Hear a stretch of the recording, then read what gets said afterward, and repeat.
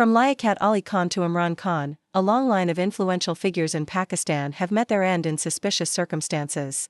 Today we'll look at the high-profile cases that reveal a disturbing pattern of silencing critics in the country.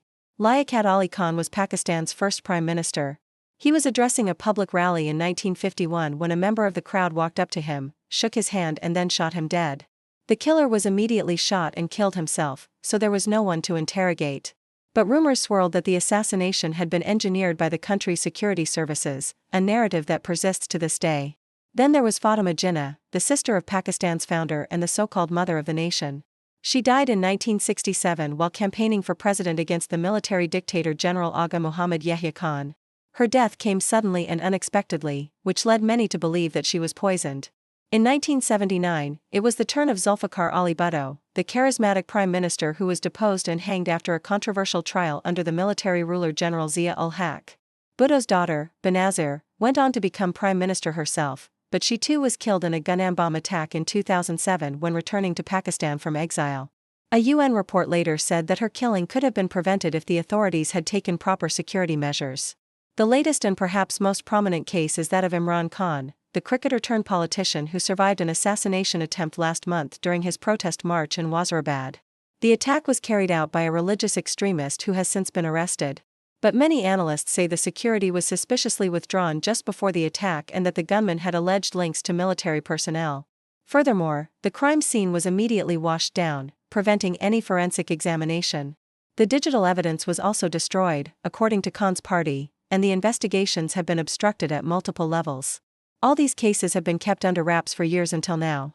The attempt on Imran Khan's life fits into a long list of suspicious deaths and attacks against those who have challenged the powers that be in Pakistan. But why is that? What is this power structure and who benefits from silencing the opposition? Let's talk about that. The victims consistently fall into one category or the other.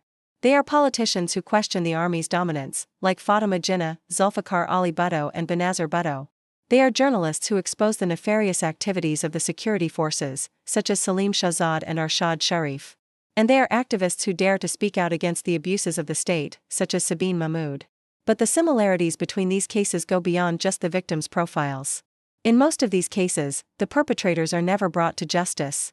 Even when they are, like in the case of Liaquat Ali Khan's assassin, the truth remains buried. The official investigations are either half-hearted or non-existent. And the digital evidence is destroyed, as in the case of Imran Khan. Another similarity is the method of silencing the critics. Most of the attacks are carried out through extrajudicial killings. The victims are either shot dead or hanged in dubious trials or killed in custody. In some cases, the killers are never caught, like in the case of Fatima Jinnah. But in other cases, they are arrested, like in the case of Imran Khan. But the investigations are still underway. The attempted assassination of Imran Khan follows a similar pattern. First, the security was withdrawn. Then the attack happened. And now the investigations are stalled. This is the story of each and every case we discuss today. What it shows is a state apparatus that is willing to use any means necessary to silence dissent and maintain control. It also shows a judiciary that is subservient to the military and intelligence agencies, which are themselves answerable to no one. So who benefits from all this? The obvious beneficiaries are the military and intelligence agencies who see any form of dissent as a threat to their power and authority. When civilians take on the establishment, they are eliminated, whether through extrajudicial killings, judicial killings, or custody deaths. The target this time was Imran Khan. He may have survived the attempt on his life, but he is still being hunted. The case against him has been adjourned till next month. The Islamabad High Court has barred the police from arresting him till then. But once the judge goes on leave, anything can happen. There is little doubt that Imran Khan is at risk. Pakistan's controversial spy agency, the ISI, has reportedly threatened his close aide, Senator Reza Rahman, who is now in hiding. So what happens next? Will the plot to eliminate Imran Khan be exposed?